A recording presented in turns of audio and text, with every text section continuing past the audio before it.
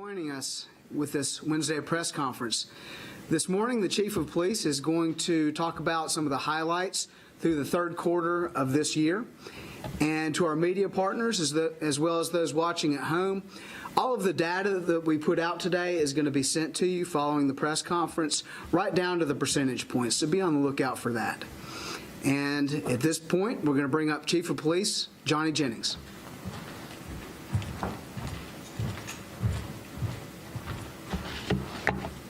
Thank you. I appreciate everyone being here. So today I'm going to put a lot of numbers and stats out to you, but for each of that I want you to also remember that when we talk about statistics and these rates that we're going to discuss, each of those involve an individual, a person, a victim, so let's never lose sight of that. Our department has been extremely busy this year. Throughout the first three quarters, we've already answered that have required a police response 276,000 calls for service that our officers have responded to. 719,000 calls have come into 911. So both of those what we're looking at are a 3% increase from what we saw last year. Despite those numbers, we still are seeing a reduction in crime. We have a 4% reduction in overall Part 1 offenses within our jurisdiction, and we also have property crime that has dropped by 4%. That means particularly there have been about 300 fewer homes broken into this year at this time that we saw last year. That's pretty significant and pretty staggering for me to be able to report that, and it's encouraging. And you also look at business burglaries that are down by 22%. These are all great numbers. It doesn't mean that we don't need to continue to work hard to keep driving those numbers down, but we see the trends that we're seeing compared to last year. It is very encouraging for us as a department. Along with property crimes, we look at violent crime that is down 3% this year. Now, as I talked about 300 fewer homes broken into, there's also been 300 fewer people victimized by robberies this year. To me, that's a great number. That represents a 22% decrease from what we saw last year at this point. And even more staggering to me is the homicide rate dropping by 18%. Very pleased to be able to say that. Last year at this time, we were at a point to where we were very concerned with where our homicide rate is. We're still concerned with those numbers, but as we continue to see an 18% drop, if we continue that trend throughout the remainder of the year, I think we're going to be end that on a positive note. Even with that, officers have seized 2,260 guns, illegal guns, off the street this year. That's 2,260 illegal guns. So we do have an issue with guns being out in the street. We do have an issue with people resorting to guns to deal with violent and criminal acts. And that's one of the things that we have always been made at the forefront of what we do in our initiatives to fight violent crime within CMPD. And I talked to you last year about the creation of our crime gun suppression team. And when we talk about the guns that have been seized, they've been responsible for 113 of those guns being taken off the street and 126 arrests of violent criminals this year. So the work that they're doing is very impactful. The work that they're doing is meaningful, and I'm very proud of that group and that organization that they've been able to accomplish. But we also look at some concerns as well, that trends that we've seen this year with 700 guns that have been stolen out of vehicles this year. That's up 52%. So we continue to encourage people to do not leave your guns in your car. And if you have to have your gun in your car, there are devices that can lock your guns inside of your vehicles where they're not easily accessible to someone breaking in. So it's difficult. I can't quantify how many of those guns that have been stolen have been used in illegal crimes throughout our jurisdiction. But I can tell you that when people are looking to steal guns out of vehicles, that's a purpose that I know is out there for them to use them in violent crime.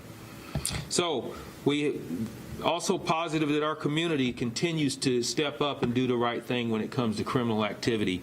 over 2,700 calls to Crime Stoppers have come in this year, and 300 more than what we saw last year. So very proud of what our community, and that they're not tolerating criminal activity, that we're getting these calls to come in to help lead us to solve some of these cases, and it's very helpful for us. So all these numbers that I read, Lieutenant Fishback had mentioned, you're going to get a full report that you'll have accessible to you. So if you have any questions or want to clarify some numbers on that, you'll be able to access that later. At this time, I do want to invite some special guests to come and join me at the podium. So as they come up, you've heard me often talk about that our department greatly needs to mirror the community that we serve and our citizens. So right now, the Charlotte-Mecklenburg Police Department has about 15% female officers on our force. The community that we serve, we serve 52% females in our community. And so as we try to make sure that we are reflective of the community that we serve, the CMPD is announcing today that we are going to take part in a national campaign and sign a 30 for 30 pledge. And what that means is, across the nation, there are agencies that are pledging to make every effort that by 2030, the year 2030, that recruit classes for the police department will include 30% female candidates. And that's a big endeavor. That's some efforts that we have to take as far as recruiting, and also the efforts that we have to take as far as retention and opportunities for our female officers here. So we want to make sure that we value everyone in our department, and we want to be reflective of the community we serve. And by signing this, is going to give us a pledge from our department that we are committed and we will be intentional about the recruitment and the retention of our female employees. So with that, I have the pledge here that I will now sign before we take any questions.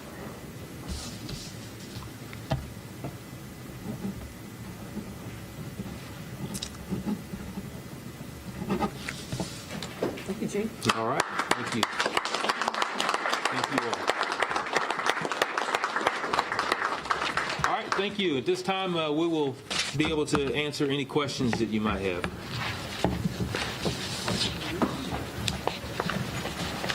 What do you attribute the drop in violent crime and the homicide rate dropping?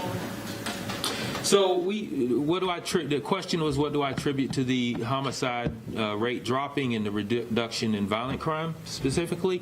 And so last year when we talked about the increases in all of those crimes, and the question came up quite often is COVID, can you attribute that to COVID? And I really couldn't quantify that and say absolutely, but what I can tell you is that as things start to open up, as kids are back in school, as people are going back to work, I think that creates less opportunities of some of these criminal activities that we've seen. But also what's encouraging, we talked about home break-ins last year, the reduction in those, and we attributed that because more people were working from home and at home. But as we now look at it, we're still seeing a reduction. So it's really difficult to say definitely what has what causes crime to go up and down, but what I can tell you is that our men and women are doing a lot of hard work, and I would hope that some of that work is paying dividends as we see the violent crime, particularly our crime gun suppression team, when they're being intentional about the individuals that they are going after and getting off the street so they don't prey on our community. Yes, sir. I know there was a shooting of a juvenile last night, this morning, I believe. Is crimes against juveniles still kind of a big thing that CMPD is trying to tackle? I think you mentioned it in the last report. Yeah, so the question is crime against juveniles still an initiative for CMPD? And yeah, absolutely it is. We are still seeing young people who are dying violently, and we're still seeing young people who are committing violent acts.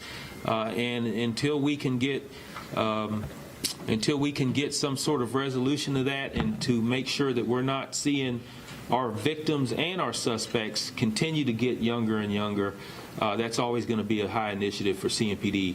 We can talk all day about our juvenile or our youth programs and not just through CMPD, but what other organizations do for our youth. But we really have to start seeing some actionable results from that, and that's what we want to continue to push forward on. Anybody else for the chief? Chief, with some of the incidents, we had an incident at Garinger High School last week with a gun, stolen gun on campus. Yes. And then some incidents at Olympic High School as well. Are there enough SROs in the schools, or is there a shortage? And even if there's not a shortage, would you like to see more SROs in the schools? Yeah, I think SROs are an important part of what we do with the school system. We have a great relationship with Charlotte-Mecklenburg schools. We communicate with them often, and I'm proud of that relationship and what we've done, been able to do in the schools. But we can't look at these incidents happening in school and then automatically say, well, are there enough police? Are there enough?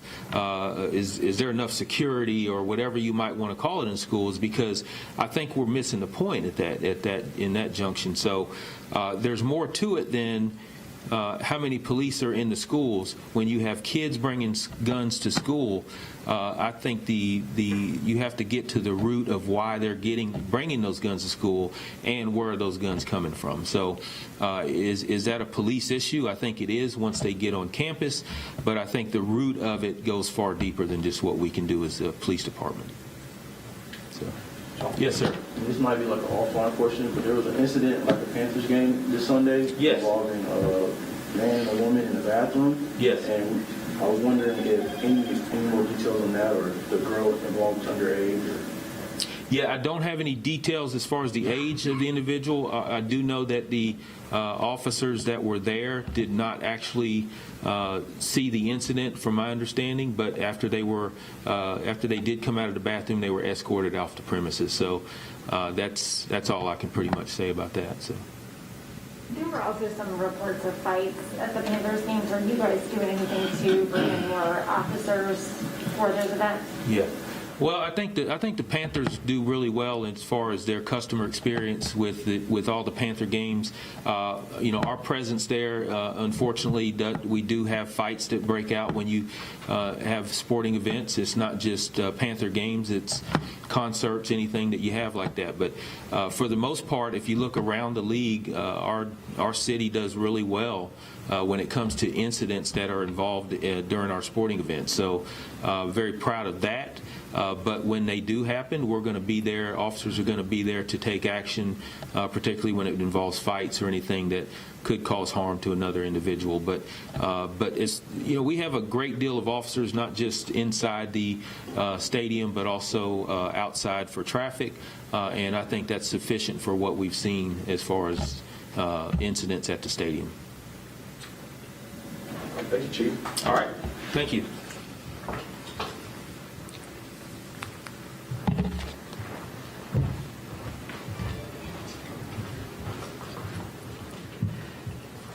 Thank you for joining us this morning. Again, just a reminder, be on the lookout for that media release that we're going to send out and a link to all the data that we've gone over. To our media partners, feel free to reach out to me offline, and we will answer any questions that we can for you. Thank you.